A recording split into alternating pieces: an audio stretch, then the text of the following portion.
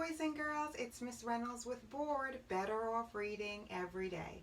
Today is My Girl Thursdays, and we are celebrating my daughter who is off on her journey, finding her place in the world, and of course her mommy misses her, so I chose two very special books today. I Love You by Marianne Richmond and The Chocolate Covered Tantrum by Deborah Blumenthal, pictures by Harvey Stevenson.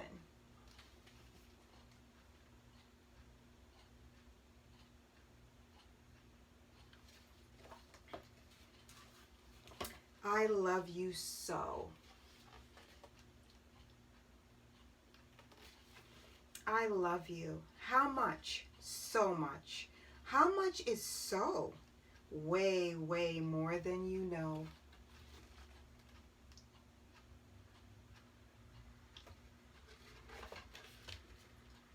I love you as bright as each sparkling star, and as way out, excuse me.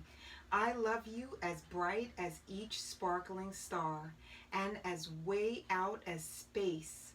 I love you that far.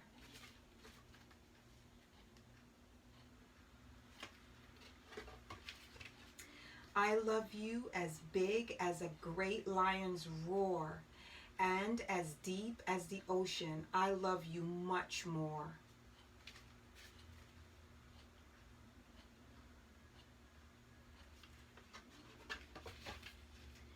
I love you as loud as a thundery sky, and as tall as the mountains. I love you that high.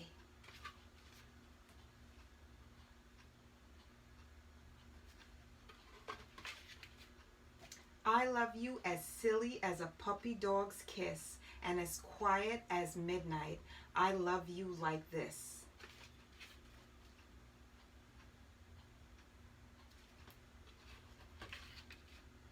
Do you love me every day? You ask with surprise. Or does love come and go like passing butterflies? I love you as steady as the moon and the sun. Though some of our days are not fun, are not full of fun. I love you as steady as the moon and the sun. Though some of our days are not full of fun.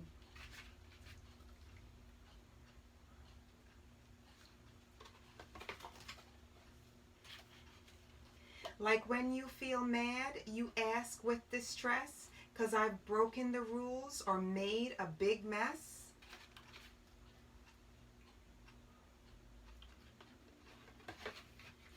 I love you when you're nice and when you're cranky too. I love you without liking the naughty things you do.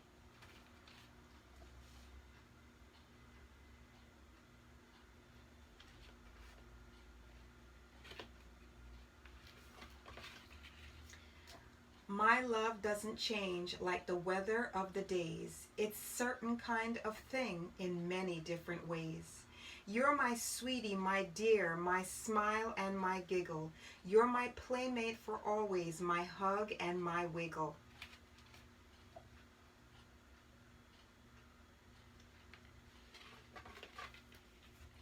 Hanging out with you is where I want to be, eating ice cream sundaes or watching TV. Under your umbrella, behind you on a bike. By you and beside you is what I really like.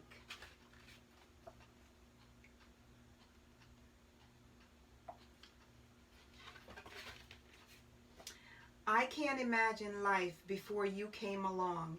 You are the music to my dance and my song. I am meant for you and you are meant for me. The one I love forevermore, undeniably.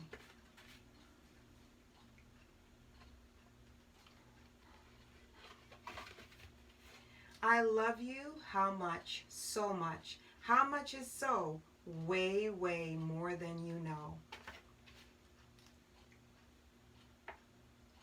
My favorite part of this is actually what happened last night. Because what happens is my daughter and I used to watch a lot of programs together before she went on her journey. We used to watch The Masked Singer. on Wednesday nights here. We used to watch Shark Tank religiously. We used to watch, oh gosh, a few different shows that are not coming to my mind right now. But that was our thing. We would get our tea and we would go and we would watch TV. So that's why I like this one. Hanging out with you is where I want to be. Eating ice cream sundaes or watching the TV. Under your umbrella, behind you on a bike, by you and beside you is what I really like. And what I also love about this is I taught my daughter how to ride a bike. And that was a day filled with tears, boogers, and blood. Sorry, not a lot of blood. Don't get crazy. Don't feel bad, too bad about it. She skinned her knee a couple of times and, you know, a little bit of her lip because she was learning on a two-wheeler. It had no training wheels because by the time I picked it up from the checkout center, they hadn't put the training wheels on. So I had to teach her how to ride a two-wheeler. And she did get it, but it was a lot of crying, a lot of snot, and a few drops of blood. But she did get it because she's that good.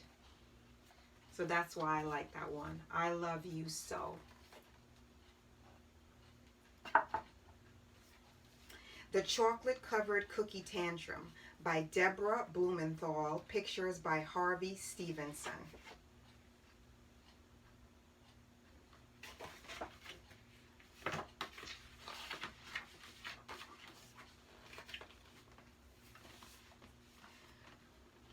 Late one afternoon on the way from the park,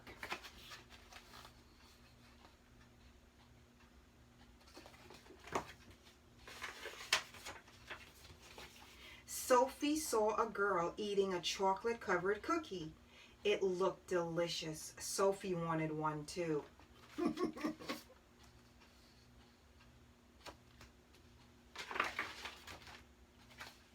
I want a cookie, said Sophie. I want that cookie.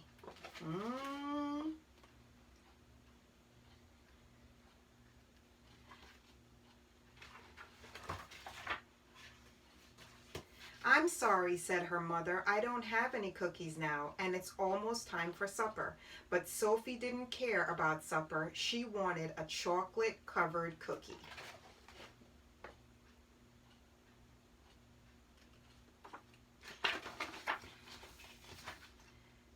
I want one, Sophie yelled. I want one. I know you do, said her mother, but I don't have one.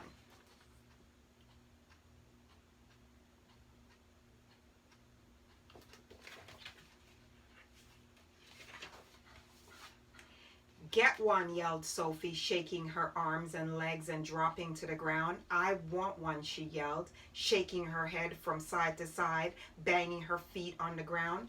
I want a cookie, Sophie said to her mother. Let's go home and then we'll see about cookies.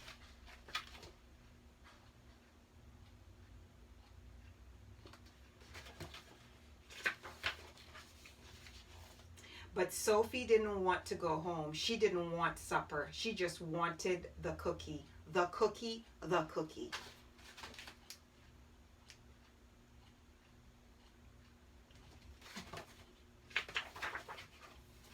She cried and cried and cried to get the cookie. She cried so much her face felt hot as pepper.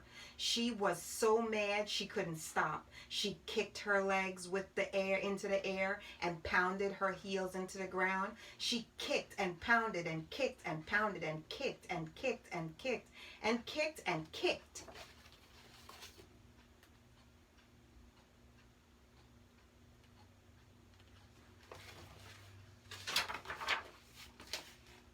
She rubbed her sneakers into the sidewalk. She rubbed her head back and forth. She rocked it up and down. Sophie, her mother said, do you want to finish your banana? No, said Sophie. No banana, no banana, no banana. She didn't want a banana. She just wanted the cookie. The cookie, the cookie.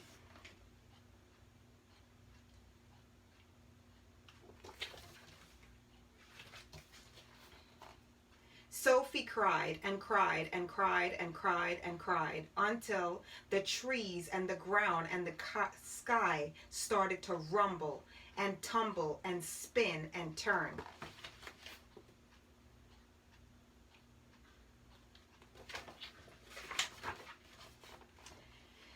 And go around and around and around and around.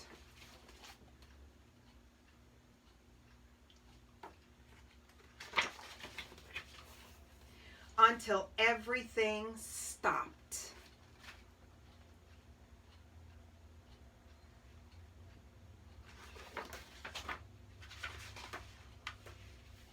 Then she took in a big shaky breath and got up. I want my blanket, said Sophie. Here, said her mother. Sophie pulled it to her face. Now we'll go, said her mother. Said Sophie. So she took her mother's hand and they walked home.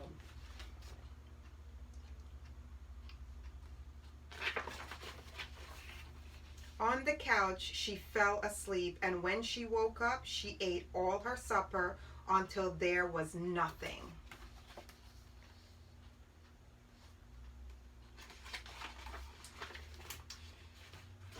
Then her mother surprised her. She put a chocolate-covered cookie on her plate. Sophie took a big bite. A smile spread over her face. I like cookies, said Sophie. Yes, said her mother. I know you do. Boys and girls, I have seen this chocolate-covered cookie tantrum, but for me, it was with Ritz crackers, and I'll tell you why. In Jamaica, we have these crackers called Excelsior crackers. They are water crackers. Jade has those at Grandma's, and she's grown up on those, and she also grew up on Zwieback cookies and Teddy Graham cookies, but her favorite for a period of time was always Ritz crackers. And I have to tell you, one day I did not have Ritz. I had saltine crackers, and I attempted to give them to her. And I actually can tell you that that turned out to be the day that it should be called the Ritz covered cookie tantrum, because that was the day I learned that it was either going to be Ritz or we're going to have a problem, because this is what I got, what this mom got. Get one, yelled Jade, shaking her arms and legs and dropping to the ground.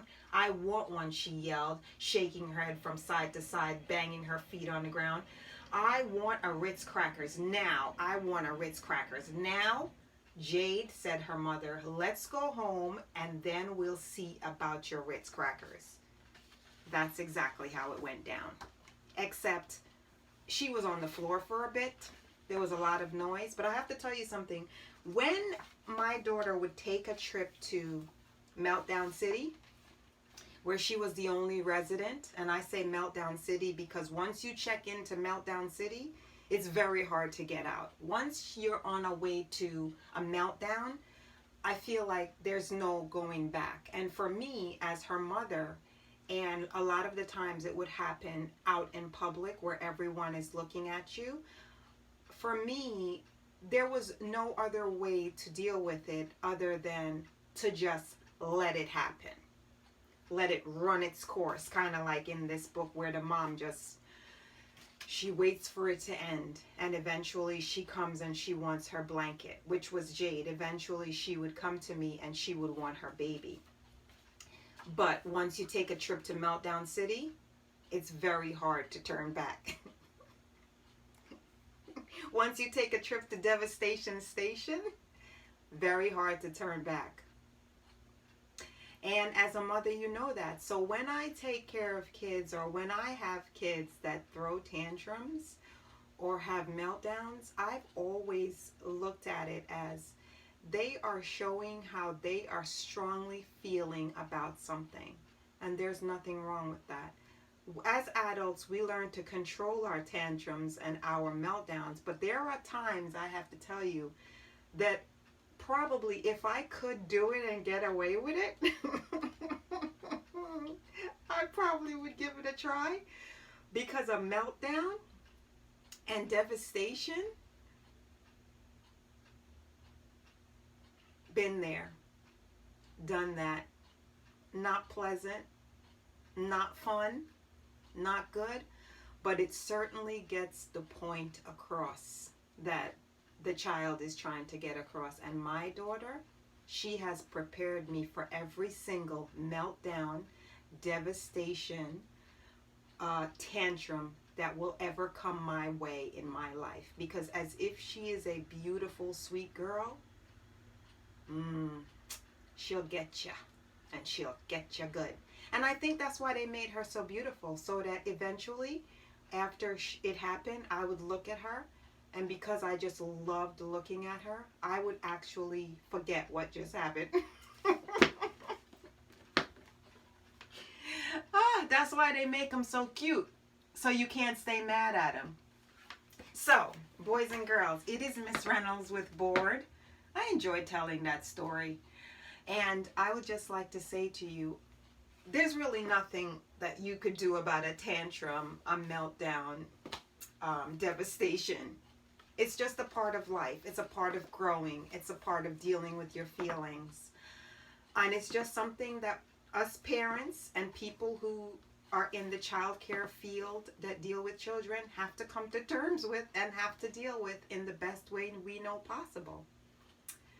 And I would say whenever this happens, usually what makes me feel better is a trip to Carvel on BOGO Day, or a trip to Baskin Robbins on BOGO Day, where I could drown my tantrums slash meltdowns slash devastation in some ice cream. So it has been Miss Reynolds with B.O.R.E.D, Better Off Reading Every Day, sharing these two books with you and laughing a lot with you today on My Girl Thursdays. And just wanting to say, as I've always said, I am so proud of you, my daughter. Not for the meltdowns, tantrums, or devastation, but for what you are currently doing to better your life and to come out on top. So, I will see you soon, and I love you. It's Mom. Bye.